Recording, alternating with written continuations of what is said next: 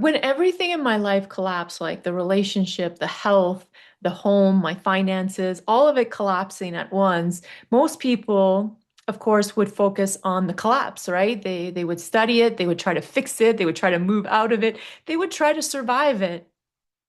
And what happened for me is I didn't study what was outside of me. I became fascinated by something else. And not perfectly, I'm going to be honest with you, I am also human. But I started studying my own inner architecture. So, like every time I felt panic, every time I lost clarity, every time I felt like I got this, and then the next day I was like, I don't got this. I don't want this. So what happened is I kept studying what was happening inside of my mind, my own emotions, and my nervous system. And I kept asking myself one question. It's like, what just caused me to abandon myself? What caused me to leave myself? And like also like what makes me powerful one day and then the next day I want to hide and I don't want to get out of bed. Like seriously. Like what's happening inside of my system for that to be happening, right? And I started noticing something.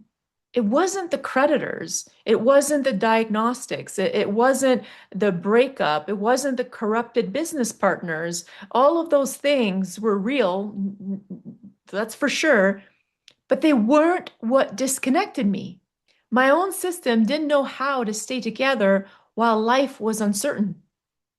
And that's been happening my whole life, and I had no idea. My system, when shit happened, when things didn't go well, didn't go according to plan, which is life, because look around, evolution, life has one intention, evolution. So we never know what tomorrow brings, right? And so the minute that would happen, my system would immediately go outwards and start scanning outside of itself.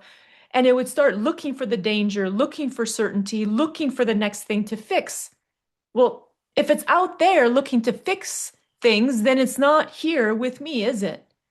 And here's the thing, me and life are one.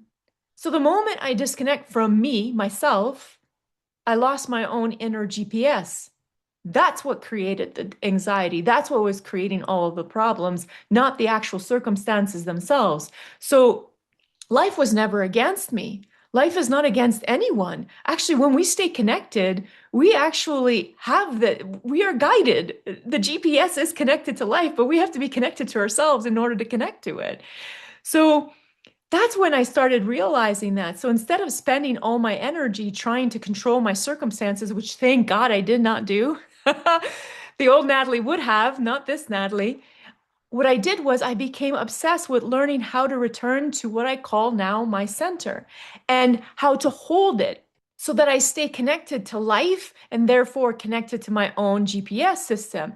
And it was a practice that I did again and again and again. I explained to people, it was like I was centered and then I wasn't centered and then I was centered and I was like, okay, how do I hold this? And then I would like get kicked out again. And this is what I did all of last year, literally practicing this. And that obsession became Return to Center, my signature program, because I discovered something I'll never forget. It wasn't life that was taking me away from myself. It wasn't life creating all of these feelings and emotions and this disconnection within myself. It was the inability to stay connected to myself while life was unfolding. And when that full connection happened last December, everything started to shift in my life like so fast. And what I've created in the last 6 months is like actually mind blowing.